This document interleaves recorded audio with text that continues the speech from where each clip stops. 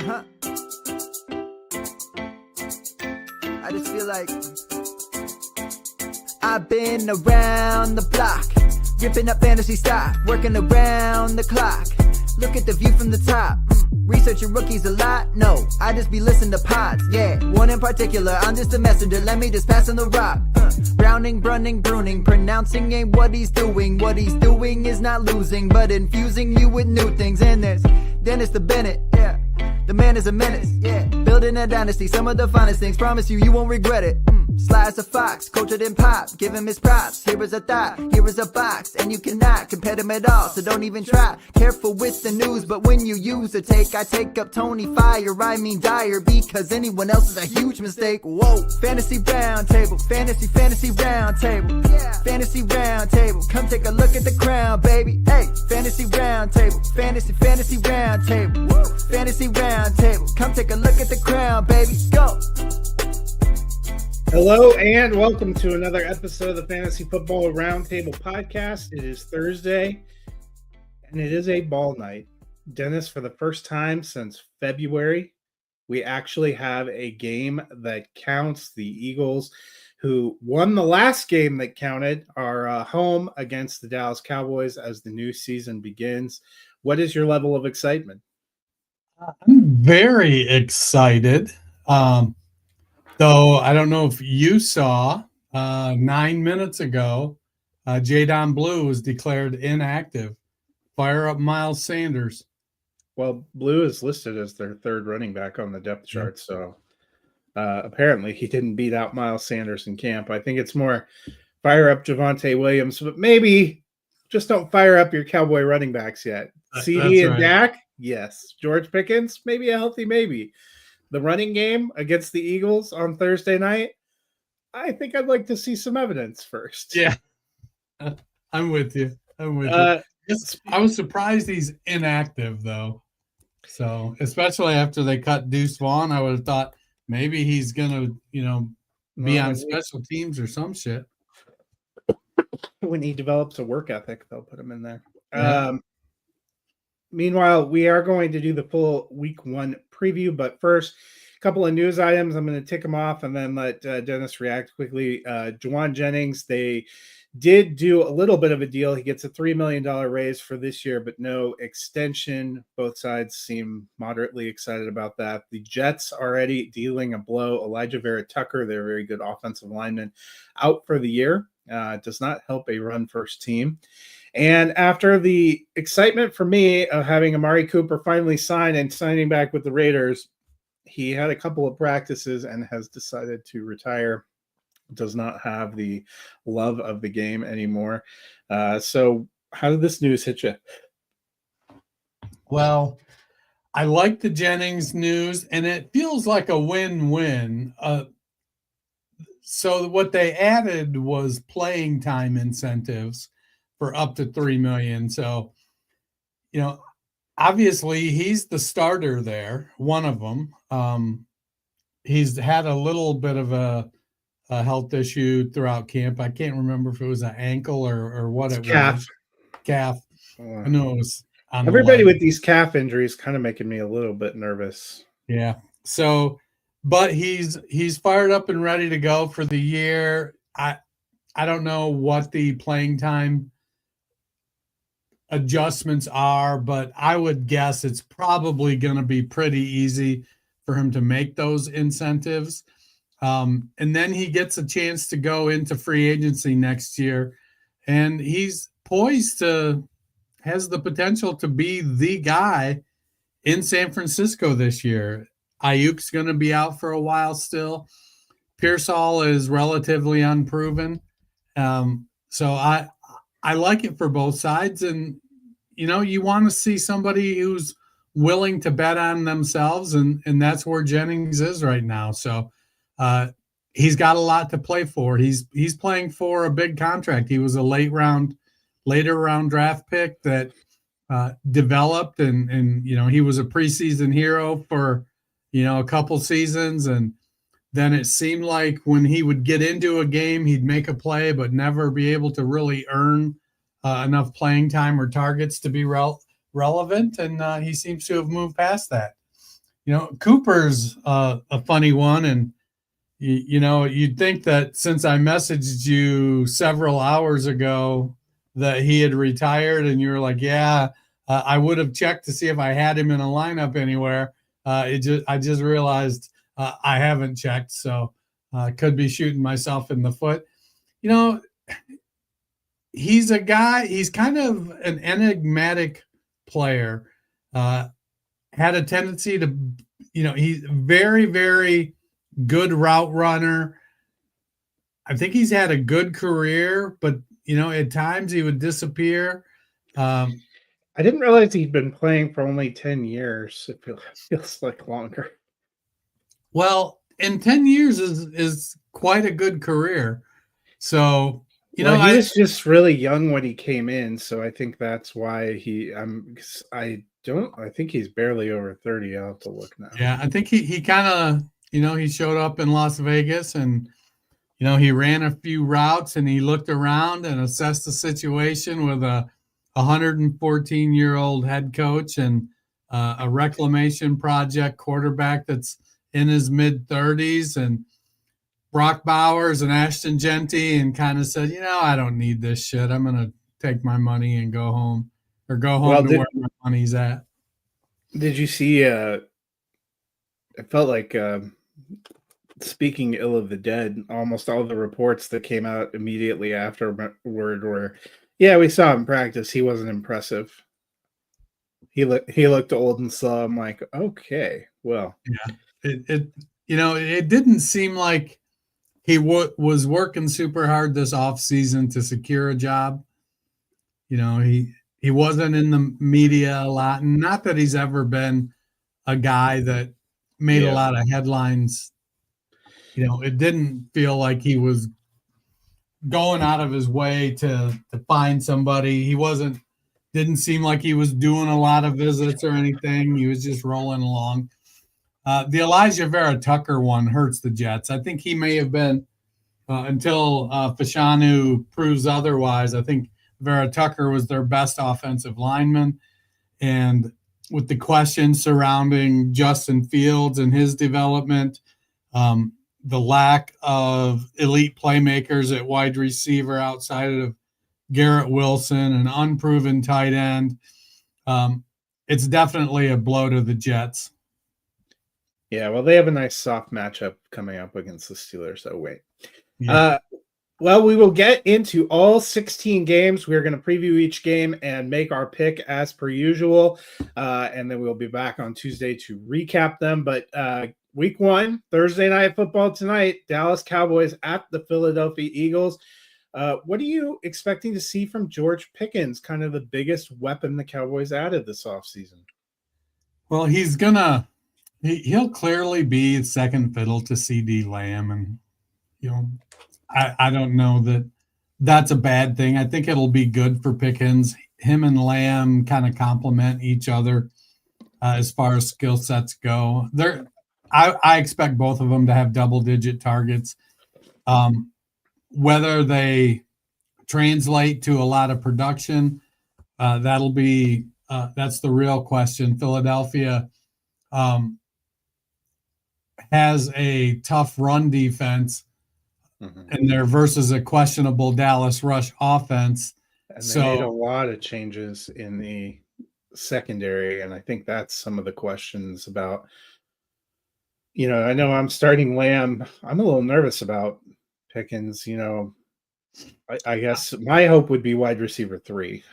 Yeah, I have a couple shares of George Pickens that I'm starting, and it feels like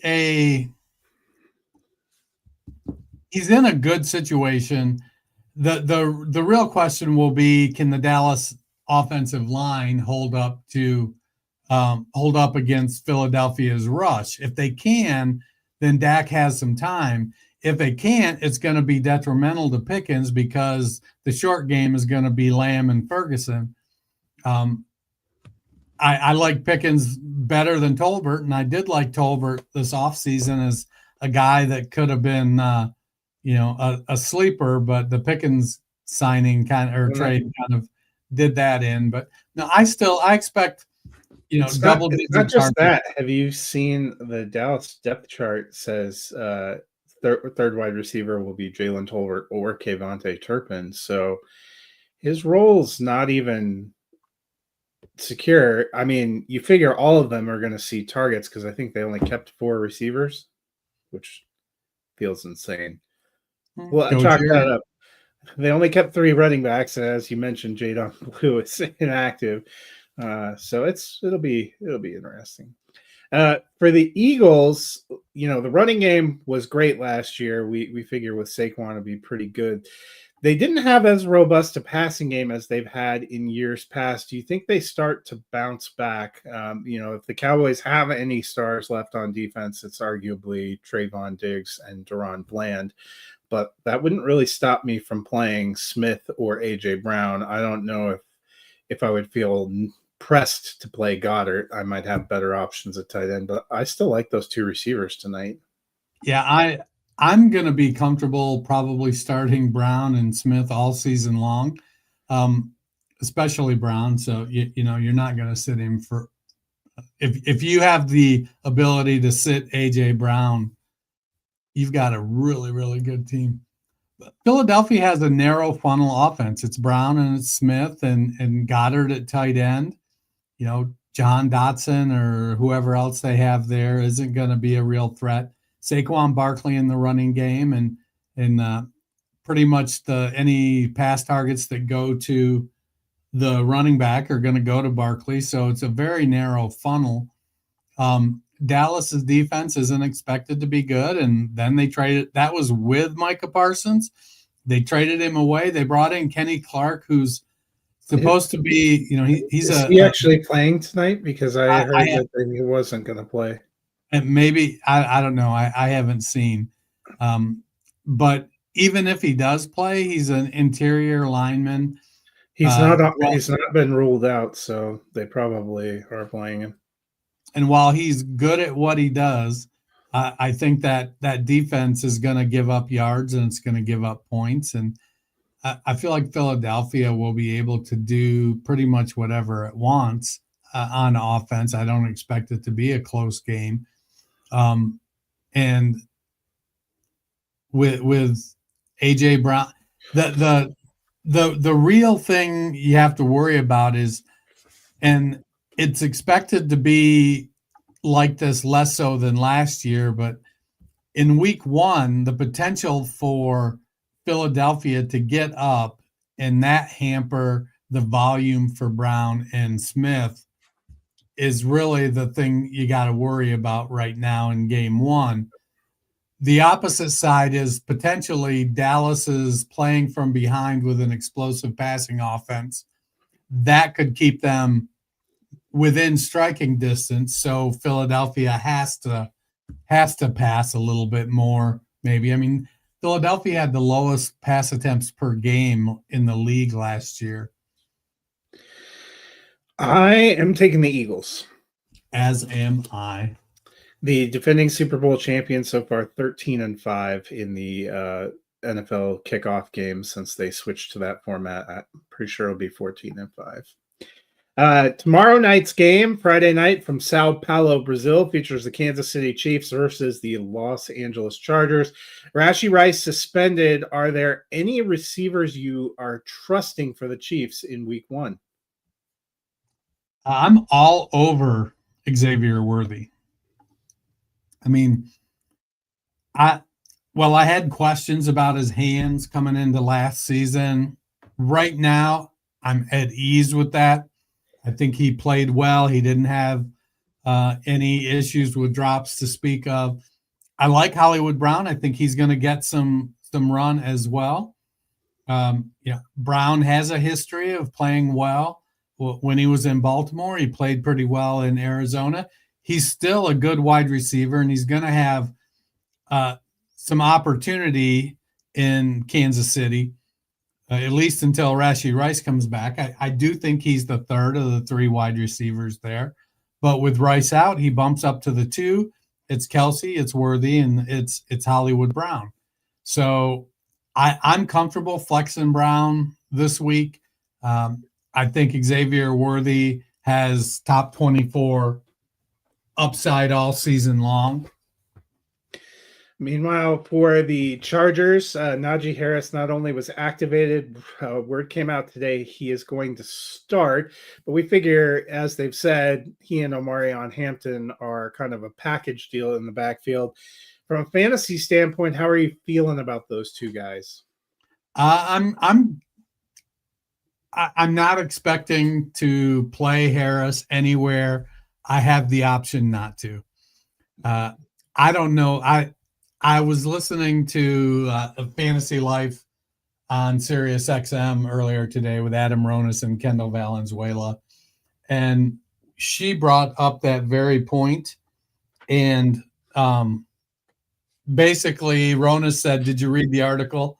And she was like, "Well, yeah." And he goes, "Then why are you bringing it up? Because nowhere in the article and nowhere in the interview with Harbaugh did he say Harris was starting." So that was like a headline grab, talking positive about Harris as the veteran. And while he may start, they may defer to Harris as the veteran. And I'm glad Harris is back after the eye injury. Hampton is the back you want on a roster in Los Angeles. So I'm gonna temper my expectations for what Najee Harris. I mean, like Omarion Hampton is explosive Najee Harris. And if you have explosive Najee Harris, why would you play actual Najee Harris? I went back and forth, but I'm going to take the Chargers in this one. I took the Chargers too. Honestly, when I was putting my picks in, I was marveling at how long it took for us to get to a point we disagreed on the picks. Well, we'll see as we come up. The first of the Sunday games, probably a good one. The Tampa Bay Buccaneers at the Atlanta Falcons. Dennis, no Chris Godwin, no Jalen McMillan. Kate Otten's banged up. I'm all in on Emeka Egbuka. How are you feeling about him for week one? Oh, that's a Jackson Smith and Jigba jersey, not an Emeka Egbuka jersey. Had to check. Hey, same principle applies, Very much so. Like, what's the threat to his volume? Mike Evans is going to get what Mike Evans gets, and it's going to be good for Mike Evans. But Jalen McMillan is out. Chris Godwin is out. I mean, is Wan'Dale Robinson really going to be the guy that, takes targets away from Emeka Egbuka? Excuse me. Especially after all we've heard all training camp and off season is about how good Emeka Egbuka has looked, how pro ready. Wan'Dale's on the Giants, though. Oh, I'm thinking Sterling Shepard, not Wan'Dale. Yeah, well, different. Let's see if Sterling Shepard can even make it through a game before we start counting on him. No, with Shepard and Tez Johnson are both going to get a little bit of run, but I don't expect. It's going to be the Emeka Egbuka, Mike Evans show, and then Bucky Irving will do his thing. Meanwhile, for the Falcons, Darnell Mooney hasn't been ruled out, but he's been a very limited participant and banged up for a few weeks.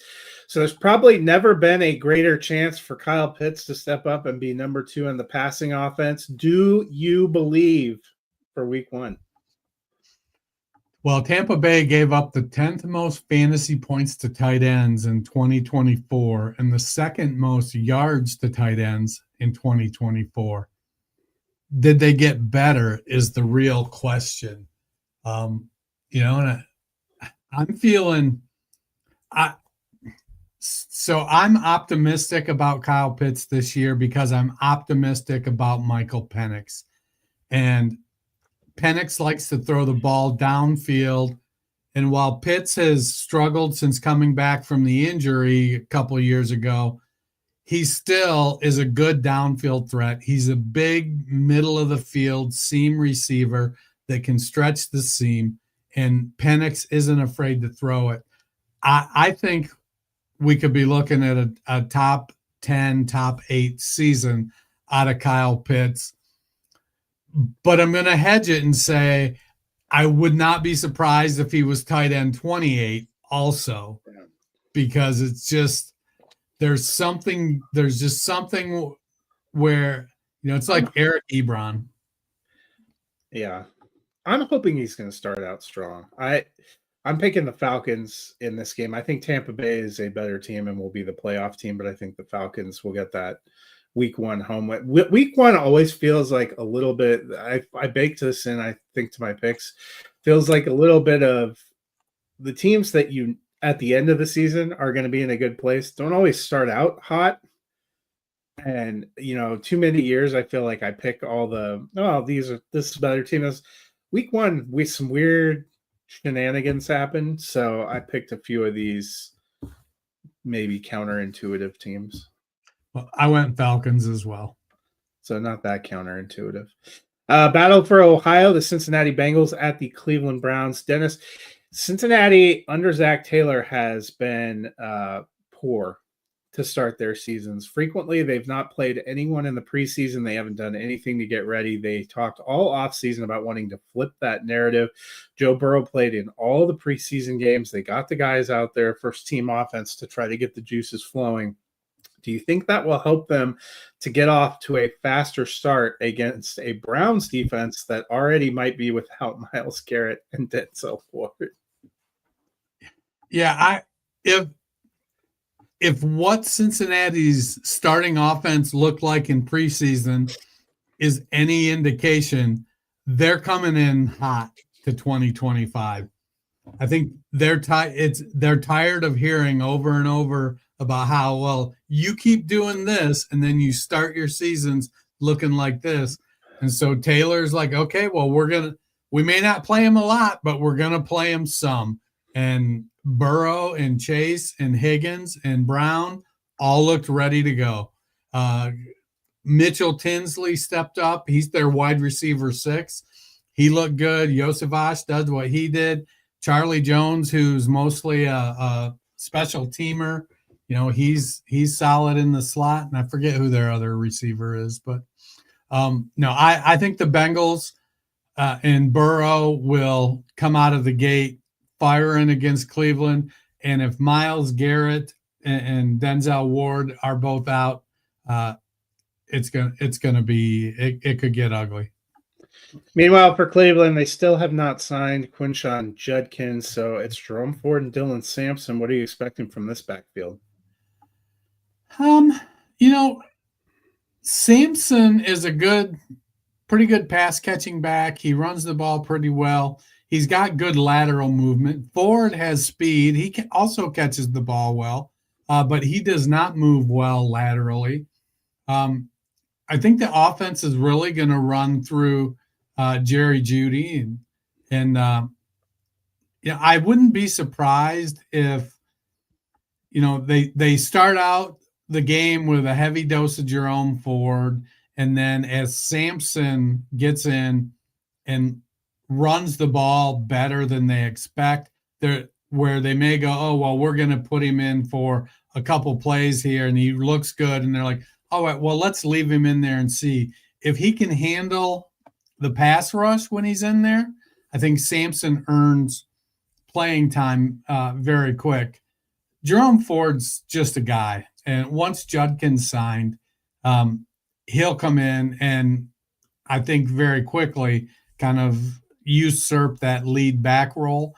But I don't think there's any real fear on Cleveland's part about putting Dylan Sampson in. And they have Raheem Sanders is running as their RB3 right now, with Judkins and Pierre Strong both out. I am taking the Bengals. So am I. Next up, Miami Dolphins at the Indianapolis Colts. For Miami, Devon Achane, Tyreek Hill, and Darren Waller are all practicing in some capacity this week and are all expected to be available. Tyreek Hill, it's been a tumultuous offseason to say the least. How are you feeling about him for fantasy in week 1 against the Colts? If I roster Tyreek Hill, you have to start him. You know, it's the potential is just so great for what he can produce that you'd feel like a complete moron if he's on your bench.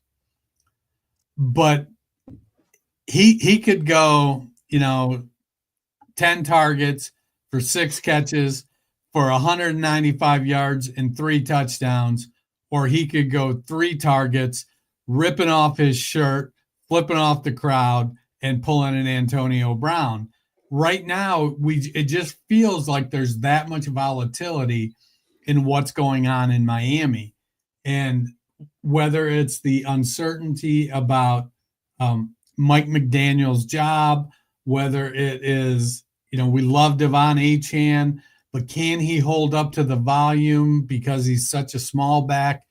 There just seems to be a lot of things that need to go right for this team to do well. And the odds just are not in their favor. So, if you have Hill, you got to start him. But, if he has a couple good games, I'd be looking to move him. For the Colts, the Daniel Jones era beginning, which wide receiver or pass catcher do you feel the best about? So when I was looking at week 1 projections, I went and do you know Rob Wozniak? Mm-mm. He's been around a while. He's won the a couple times. He's been in either winner or top 5 of the Fantasy Pros weekly projections. He's a projection and ranker for Matthew Berry's Fantasy Life now, and I'm in a couple leagues with him. He's a super sharp guy, very nice. Met him a few times. So I went to Waz's rankings as I was putting my notes together. I thought I'm gonna use those this season and kind of see how it goes. So Waz has Pittman at wide receiver 40 this week, Downs at 45, Pierce at 68. I like them in that order. And I think Pittman has some wide receiver 3 upside, potentially wide receiver 2, because he's 6'5" with a big wingspan versus Josh Downs, who's 5'10" with not such a big wingspan. And the quarterback is Daniel Jones, who is prone to inaccuracy. Having a bigger target to throw to seems like to intuitively make sense. Now, we've seen Josh Downs have good games, get nice volume out of the slot. That's what he does. I think Downs will have a decent game. He's probably, to me, I like him in that wide receiver 5 range, but I'm going to lean Pittman. I am # team big wide receiver, and I like Pittman's size. I like that intermediate route. I think while Jones can be inaccurate, I think he's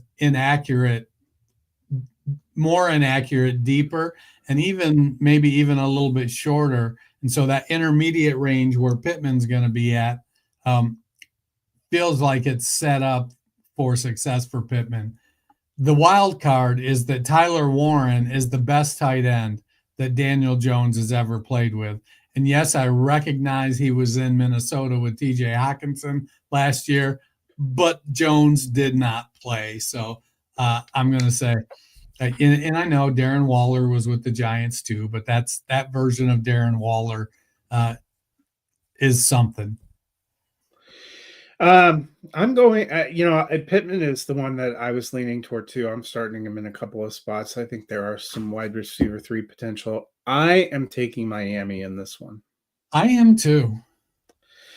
Next up, one of the better early games, Las Vegas Raiders at the New England Patriots, the long-awaited debut of Ashton Jeanty. What are you expecting to see?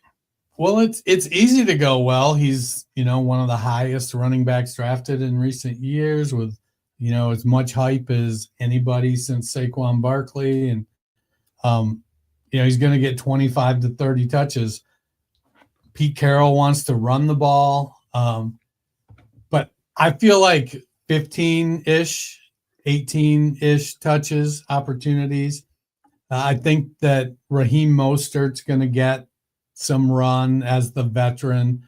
And while I don't think Pete kind of plays that, well, I'm going to give this guy X number of touches because he is a veteran, I just think Mostert still has plenty left in the tank. And while easing Genty in is not the phrasing I would probably use, I would say that I think that if this were week 10, I'd be more comfortable with Genty getting 25 touches than week 1. I think there'll be a little, they've got Bowers, they've got Jacoby Myers, Trent Tucker, who's. It's not a great matchup for him either. They may not have the ball that much. And, did you hear about the interview Jacoby Myers gave about his trade request? No. So listening to Sirius today, and somebody asked him, said, "So what happened with the trade request?" And he said, "Well, I asked for a trade and they said no, and so I'm playing football." Yeah. Well, they need him a lot more now. I think they only have 4 receivers listed on their roster with Cooper gone. For the Patriots, speaking of receivers, who do you trust the most? According to their depth chart, Stephon Diggs, Demario Douglas, and your boy Kayshon Boutte are listed as starters.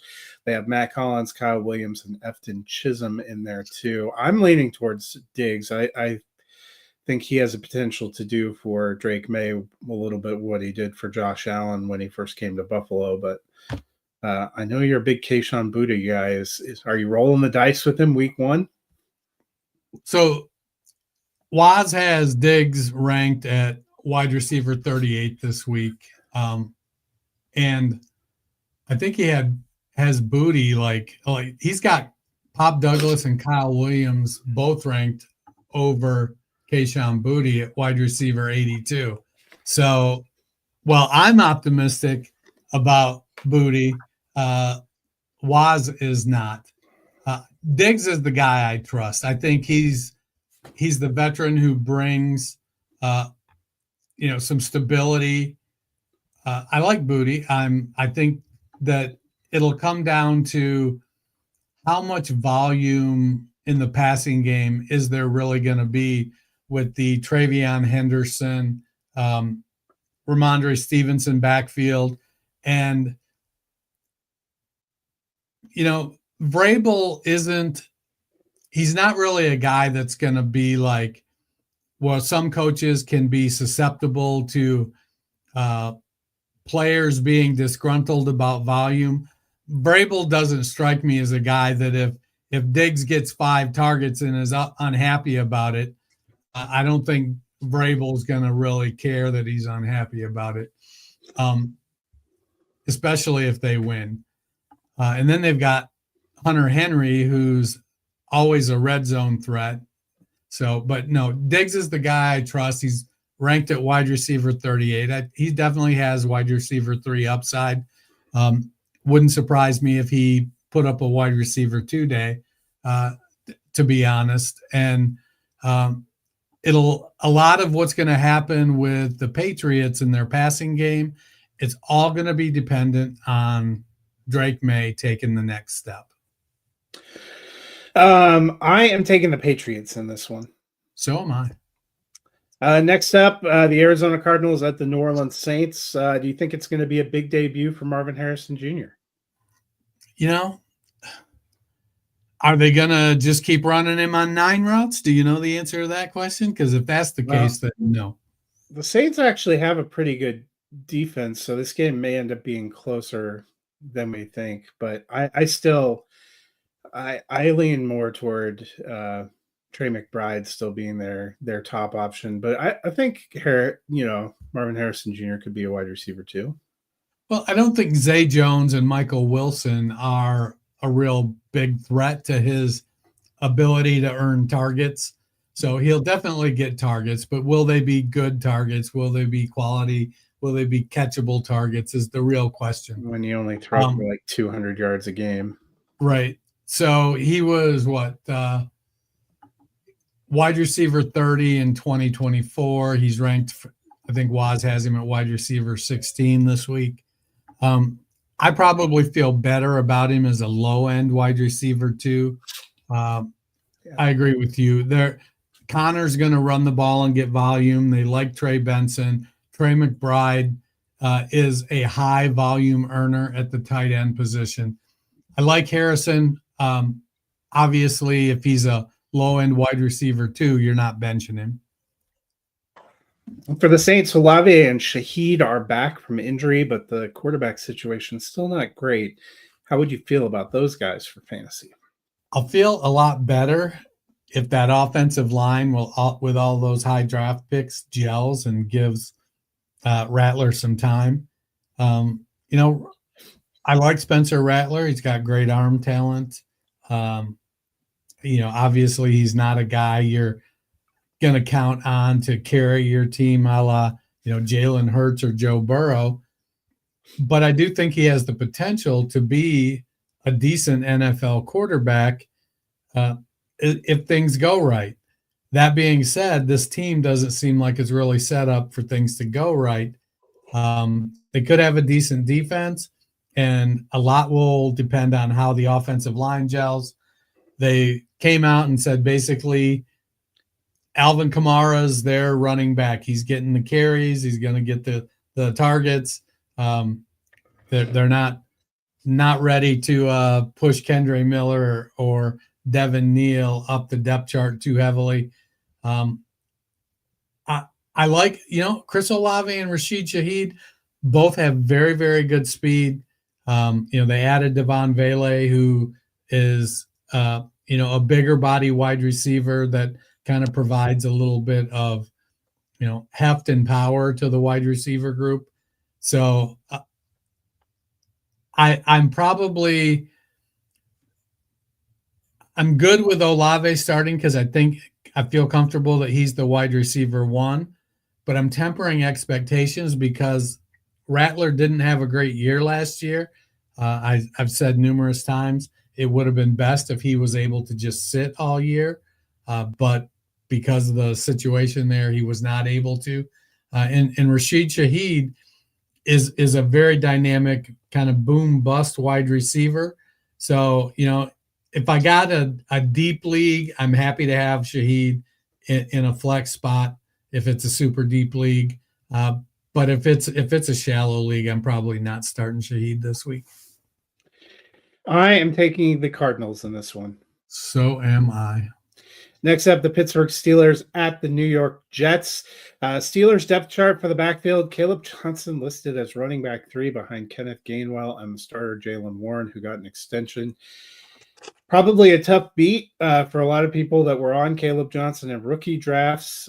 Week 1, always kind of a weird toss-up. Jets, a pretty good defense. I think this could be a game that's, a field goal fest, honestly.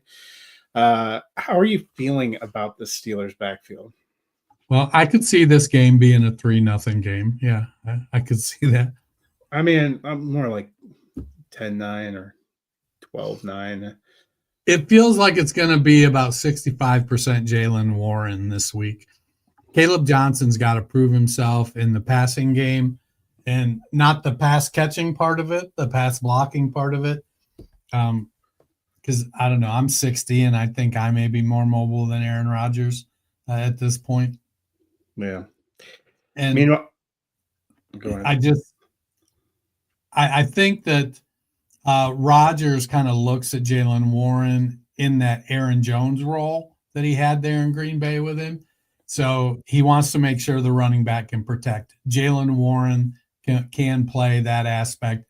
And he's a decent enough running back as far as carrying the ball. He's not super big, but he's not like tiny in the vein of, say, Devon Achane.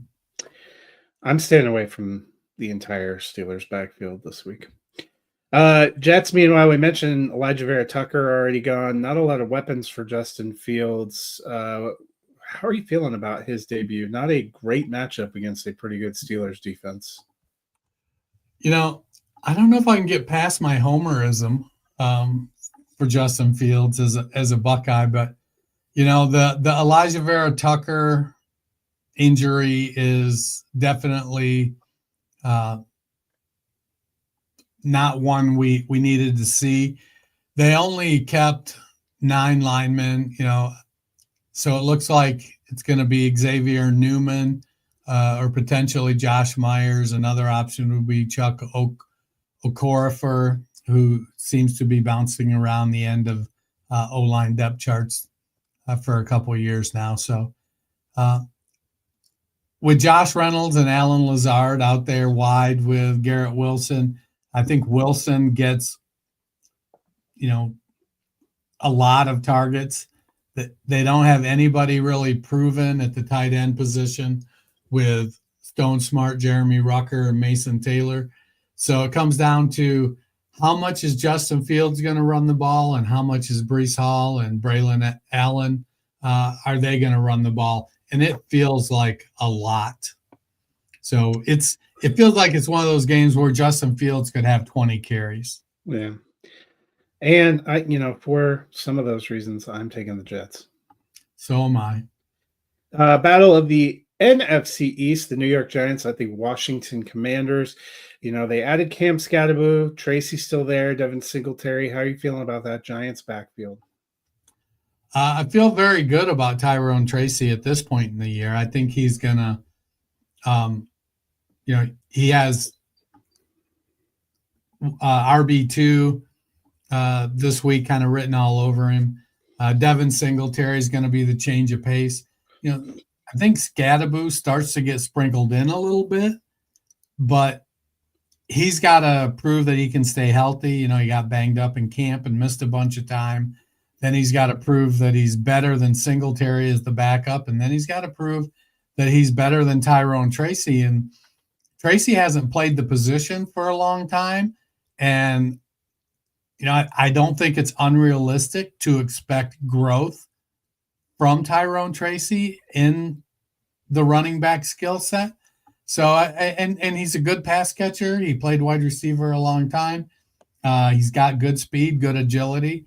So I like Tyrone Tracy. I feel like he's going to get the majority of the backfield touches. He's definitely flex worthy. And if you did a hero RB build and he's your RB2, I think you're good.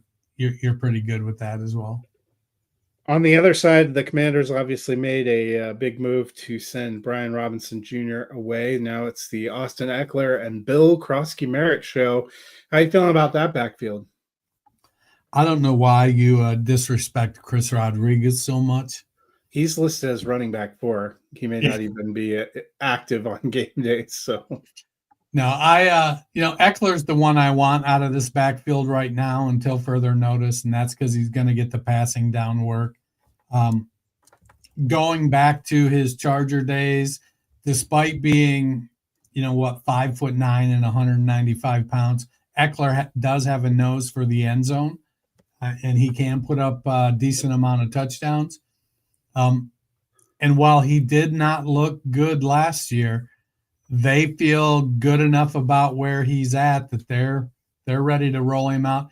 It feels like it's going to be Eckler in the passing game and Merritt between the 20s and Chris Rodriguez at the goal line in short yardage. I think McNichols is just getting the veteran treatment from Dan Quinn. I am taking the Commanders. I am also taking the Commanders. That brings us to the Carolina Panthers at the Jacksonville Jaguars. Panthers sent Adam Thielen out, put Jalen Coker on IR, Ted McMillan, Xavier Legette. How are you feeling about them? I love Ted McMillan. I think he's going to, basically they cleared the runway for him and we're like, look, dude, take off. We've seen you jump. Let's go. I think McMillan gets, he he's probably going to lead rookie wide receivers in production, both for real football stats and fantasy football stats. I think he's at 6'4", and with long arms and the ability to jump. He's going to be a very good red zone target. While maybe not the cleanest route runner, I do think he provides Bryce Young with a big, wide target, and that's going to be good for Young, and Young is going to be able to trust him. Xavier Legette, Waz has him at wide receiver 55. I think with the loss of Coker and trading away Adam Thielen, they brought in Hunter Renfrow. I expect that, when Coker comes back, Renfrow probably gets cut. He's a serviceable slot guy. I don't think he's a threat to any volume. Legette's the real wild card. Is he going to get enough touches? Are they going to manufacture touches for him? Is that the plan? Give him a bunch of tunnel screens and see if he can break one. Will he develop in the route running aspect of his game? But they, much like McMillan, they kind of cleared the runway for Legette as well. Yeah, I like McMillan the most out of this game, but I'm not. These teams aren't great. It's hard to tell how they're going to do. Speaking of which, Travis Hunter missed a lot of time with injury in the preseason, but he is expected to play. Just start at wide receiver. He's listed as their cornerback 3. What do you think you're going to see from him? Honestly, I don't know. I feel like he could end up being. I guess I feel like I'm in my head. He's going to be a good enough wide receiver that they don't play him at defensive back very much. Yeah, is sort of the way I'm leaning. So I want to kind of sit back. Brian Thomas Jr., I think, established himself as the wide receiver 1 there.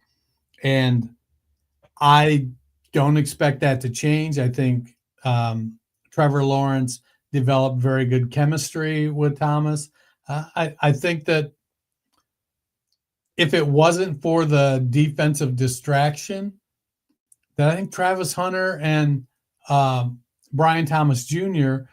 would be being talked about in the same vein as Jamar Chase and T. Higgins. I think Hunter has that kind of ability, but I get it. You're in phenomenal shape, kid. You're 21, 22 years old, and you can run for days. Just go play wide receiver and make that money. I'm going to take the Jaguars in this one, but I'm also hoping I don't have to see any of this game. I am taking the Jaguars as well. Tennessee Titans at the Denver Broncos. Tough beat for Cam Ward, the number 1 overall pick. They're on the road in Mile High, which has its own challenges from a altitude standpoint, playing the number 1 defense from last year in the Broncos. I am not expecting big things from Cam Ward. If I had him, I would probably sit him. I think quarterback 3 is probably where we're going to be at. But do you feel differently? No, I think Ward, it's going to be a learning season for him. I think he is a smart guy. He's played in 3 offenses in college. He knows how to learn an offense. He knows how to be a leader. I just feel like the team doesn't have a ton of weapons. And so putting him as a QB3 makes sense. He is a bye week fill-in kind of quarterback at this point until he shows us different.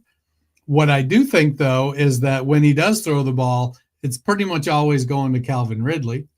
I would not play Ridley in this game. I think there's no chance that turns out well for you. Well, I agree. He's probably going to have Surtain on him. Is that what you expect? Yes. And Surtain is great. Surtain, their first-round draft pick, Jahdae Barron, Riley Moss. I would not play. Calvin Ridley's actually my official sit when I did my sit start column. Prayers up for you if you think that's going to work out. Oh, I don't know that it's going to work out. I just think Ridley's going to be the target hog.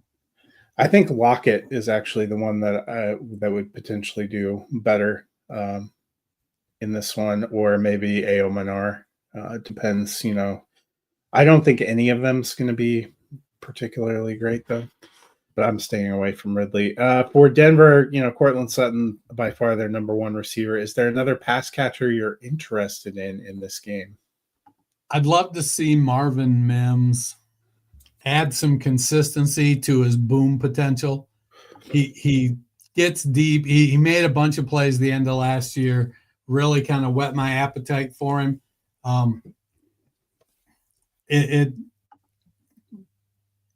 It's really enticing when you're trying to score points to put a guy that could put up, big plays in your lineup.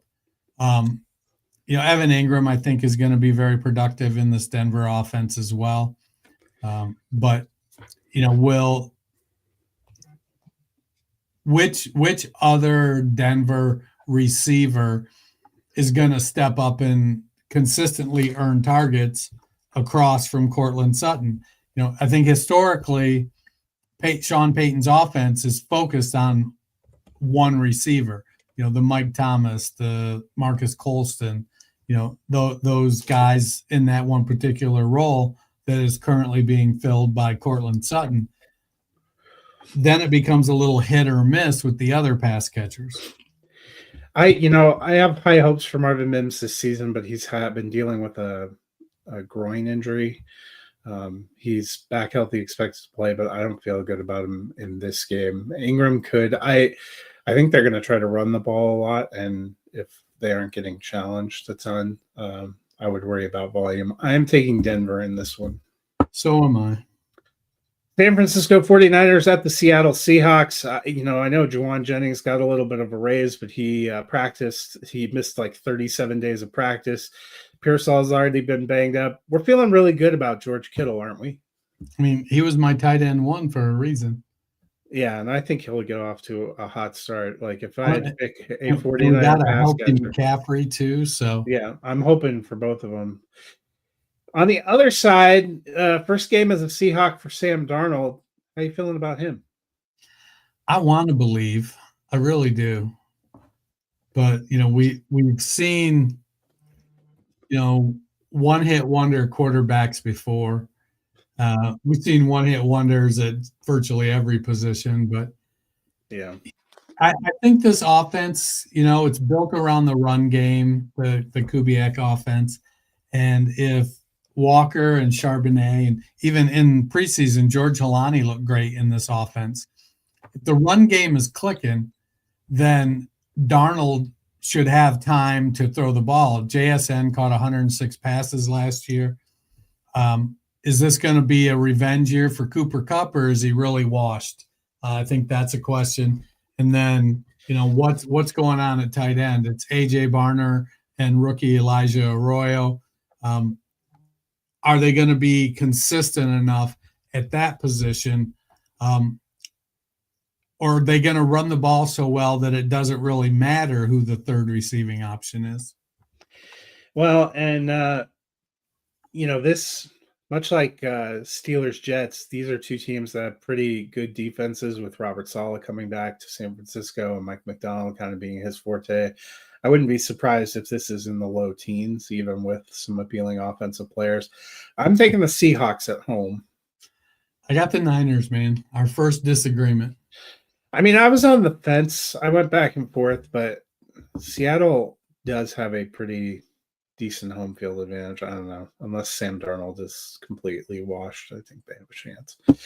Detroit Lions at the Green Bay Packers. Jared Goff hasn't typically been as good outdoors as he is indoors. New offensive coordinator for this game against a pretty decent Packers defense. How are you feeling about him? I mean, it's outdoors, but it's early September. It's not like it's 7 degrees and snowing and 30-mile-an-hour wind. I think the Lions offense tries to maintain the status quo. They're going to, I think, run a lot of the same type of things that they have the last couple of years under Ben Johnson. Goff was QB6 last year. Jameis Williams is poised to take a big step. You've got Amon-Ra St. Brown and Sam Laporta, and then the backfield with Jahmyr Gibbs and David Montgomery. The real question is going to be, is Tate Ratledge going to be able to hold up at left guard? You know, there was talk when he was drafted right after Graham Glasgow retired. Oh, we're going to move him to center. He played some center in college. That experiment in preseason didn't last very long. I forget who it is. It's Ragnow that retired, right? Because Glasgow's Ragnow, yeah. Yeah, I think Glasgow, isn't that who's actually at center? Yeah. Yeah. And, you know, but Taylor Deckers keeps missing games. He's getting older. You know, Penei Sewell at right tackle is a bona fide stud. So is that line going to be able to hold up? The interior of the offensive line is completely rebuilt. And that makes me a little bit nervous, especially if Micah Parsons' back is feeling okay. Now, Parsons is going to add a lot to the pass rush, but they weakened their interior defensive line, getting rid of Kenny Clark and shipping him off to Dallas in that trade. So could be a good Montgomery game. Yeah, could be. Meanwhile, for Green Bay, Jordan Love had a procedure on his non-throwing thumb, supposed to be back, ready to go. I feel like Green Bay wants to run the ball anyway. But how are you feeling about Jordan Love in this game? He was QB 17 last year, QB 14 on a points per game basis when I threw out like 3 people ahead of him that played like 1 or 2 games. You know, they invested a first-round pick in a wide receiver for the first time, I think, since the Packers went public, became a publicly traded company. Romeo Doubs has been consistent. Jayden Reed has a certain skill set. May not be available. Oh, no kidding. Jayden Reed out again? Well, I don't know if you saw, he has a Jones fracture in his foot. He's going to try to play through this season, but seems like it's trending more toward doubtful for week 1. So I think Matthew Golden is going to be the real key to this offense. If he can produce like a first round draft pick, then I think it's good for Jordan Love. I don't expect Love to be, I think his ceiling is high-end QB2. He doesn't run a lot. They don't score, you know, they don't play a lot of 40-point games, and they grind it out with Josh Jacobs, who if you roster Jacobs for fantasy, wheels up, dog, wheels up. Yeah, so among wide receivers, Jayden Reed limited with a foot, Dontavian Wicks limited with a calf injury, Savion Williams dealing with a hamstring injury. So it's a good thing they drafted Matthew Golden because it might be him and Romeo Doubs. I am taking the Packers at home. Well, and they also moved Bo Melton to cornerback. So I'm taking the Packers as well. They have Malik Heath, though. Houston Texans at the Los Angeles Rams. No Joe Mixon. What are you expecting from Nick Chubb and Dameon Pierce in that backfield? Well, I don't expect a lot, if I'm being honest. Reports on Chubb have not been great. He feels like the safe play, but he has reportedly lacked explosiveness, and he doesn't have a big history of pass game usage. He's shown himself to be capable in the passing game, but he's not a guy that's a back that's going to get 7 or 8 targets. Honestly, I wish they wouldn't have signed Chubb. I wish they were going back to Dameon Pierce and saying, take the ball and run with it while Mixon's out. Let's see what you can do. You know, Pierce had a great rookie season. Then they changed blocking schemes, and it didn't suit Pierce. In the last 2 years have not been great for him. But they're going back more to a man blocking scheme this year, which suits Dameon Pierce's running abilities. I don't think Pierce is going to take passing down work from Dario Gumbawale in any big fashion. So it feels like a three-headed monster with the potential to, if Mixon is out and Chubb just looks like 2024 Austin Eckler, we could end up seeing a split between Pierce and Woody Marks somewhere down the road. Just a couple of things left to hit. I know it's almost game time here, but Matthew Stafford is expected to start. Oh, I should mention for the Texans, Christian Kirk expected to be out. So Jaden Higgins might be a sneaky deep league play. Matthew Stafford is expected to start, but battling that back injury. Do you have any concerns? No, I think if he's good enough to play, he's going to play. He's got Devontae Adams and Puka Nacua. It's going to be the same old. And those two guys are going to get funneled to targets, and they're going to keep doing the same thing they do in the backfield, which is grind Kyron Williams until he breaks, and then they'll play Blake Corum more. I am taking the Rams in this one. So am I. Sunday Night Football, the Baltimore Ravens at the Buffalo Bills, a rematch of that great divisional round game. Isaiah Likely not practicing, isn't likely to play on Sunday. How are you feeling about Ravens pass catchers? Mark Andrews is going to be the top target probably. Zay Jones is the number one wide receiver. Rashad Bateman has come on and played well. He earned a contract extension and has established himself somewhat as a red zone threat. The wild card is, what does DeAndre Hopkins have left in the tank? Is he going to be a threat to Bateman's red zone targets? They like Charlie Kolar, who's their third tight end. So I don't think they're overly concerned with Likely being out. So Kolar will be that inline tight end while Andrews is the move guy. And they'll continue to run the hell out of the ball with Derrick Henry. Yeah, I think it's going to be a heavy running game too. For the Bills, Keon Coleman already dealing with a groin injury. Dalton Kincaid was banged up a lot of training camp. I think they're going to try to run a lot too with James Cook, but any pass catcher that you're interested there? So Waz had Shakir ranked at wide receiver 44, Coleman at 49, Palmer at 53. Coleman seems poised for a breakout this year. There's I don't know if you'd call it a study. Research was done from 2000 to 2021. Rookie wide receivers that broke the 537-yard receiving mark had a 61% chance of putting up a wide receiver 2 season in their second season. Or to better phrase it, 61% of the rookie wide receivers that caught at least 537 yards receiving put up wide receiver 2 seasons in their second year. So Coleman had 556. He seems like he's right there, poised for a breakout.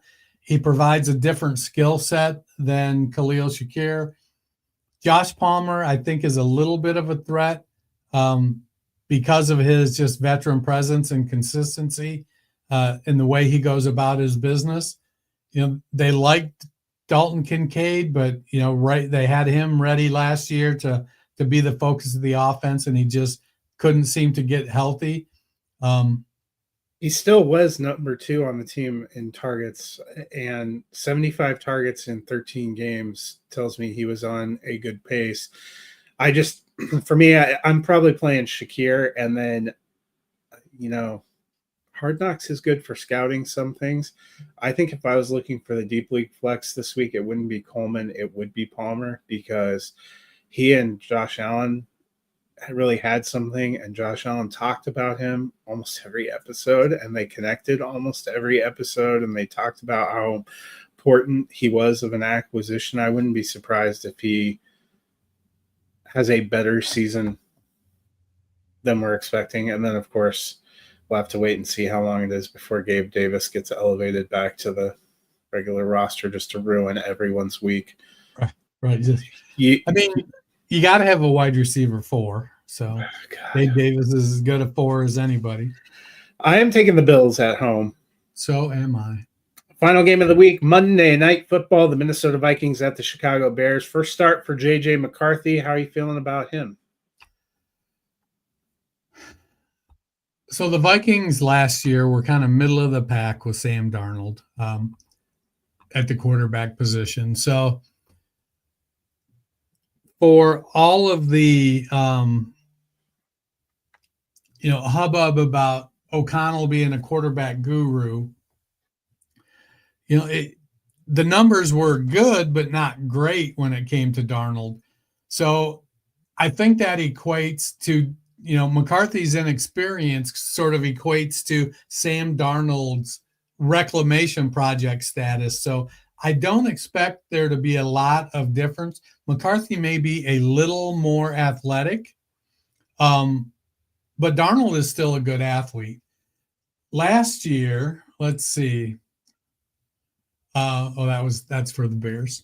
So anyways, they got Justin Jefferson, they got TJ Hawkinson, and they're going to end up with the Mason Jones two-headed monster in the backfield. So I like McCarthy as, a wide receiver 3 to start the year, but I could see him creeping up into the wide receiver 2 territory, especially if he starts to pick up some rushing.